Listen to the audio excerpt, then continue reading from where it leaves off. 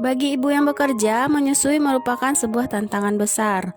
Setelah masa cuti melahirkan usai, ibu harus kembali bekerja dan ibu mau tak mau harus meninggalkan bayinya. Tidak mudah bagi ibu menyusui yang bekerja dapat mempertahankan tekad untuk terus memberikan ASI bagi buah hati. Pemberian ASI, terutama ASI eksklusif, seringkali dirasa berat karena padatnya aktivitas. Bahkan kadang dianggap tidak mungkin untuk dilakukan. Maka tidak heran jika kemudian banyak ibu menyusui yang bekerja akhirnya menyerah untuk memberikan ASI dan menggantinya dengan susu formula.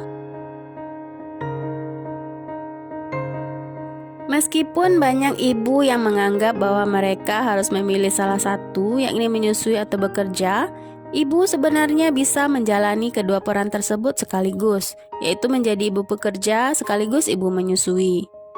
Lantas, bagaimana caranya agar ibu menyusui dapat memberikan ASI secara optimal sambil tetap bekerja?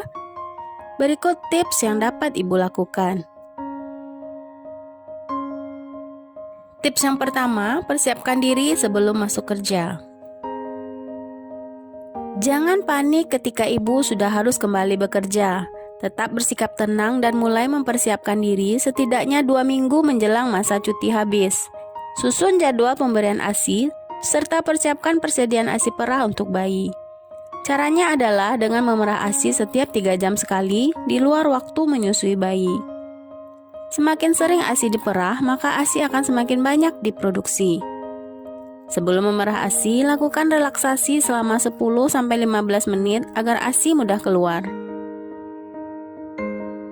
Tips yang kedua, latih kemampuan memerah ASI. Ibu sebaiknya sudah belajar memompa ASI mulai saat ASI pertama kali keluar dan payudara terasa penuh. Ibu bisa menggunakan tangan, pompa manual maupun pompa elektrik. Semakin sering ibu memompa ASI, maka keahlian ibu akan semakin baik. Tak hanya itu, ASI perah yang dihasilkan pun akan lebih banyak. Tips yang ketiga, usahakan tetap menyusui langsung. Meskipun bekerja, ibu harus tetap menyempatkan diri untuk menyusui bayi secara langsung.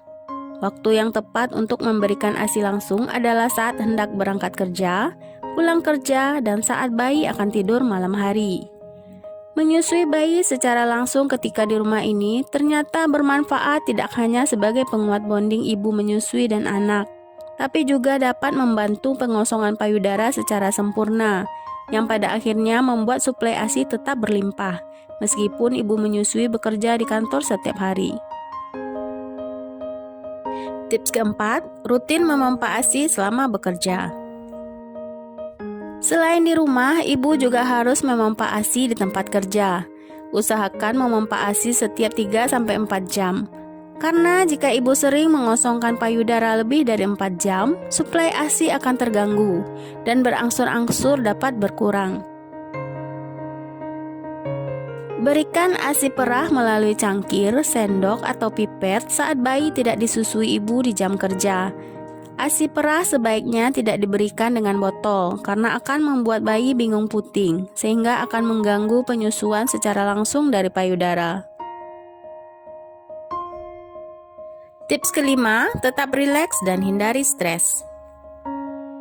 Beban pekerjaan dan rasa lelah mengurus bayi merupakan faktor yang dapat menyebabkan ibu menyusui kerap mengalami stres. Padahal, salah satu kunci agar ibu yang bekerja tetap bisa memberikan ASI secara eksklusif adalah rileks dan menghindari stres. Saat ibu stres, kualitas ASI pun akan ikut terpengaruh menjadi lebih sedikit. Untuk itu, usahakan untuk menjaga diri agar tidak merasa stres. Ibu bisa melakukan hal-hal yang disukai di sela-sela menyusui, seperti menjalankan hobi atau beristirahat sebentar. Dan terakhir, menjaga asupan makan dan cairan selama menyusui. Penting untuk menjaga asupan nutrisi agar kualitas ASI tetap terjaga.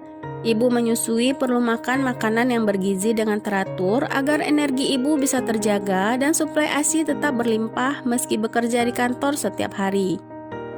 Selain itu, ibu juga harus meningkatkan asupan cairan hingga 3 liter per hari untuk terhindar dari dehidrasi atau kekurangan cairan.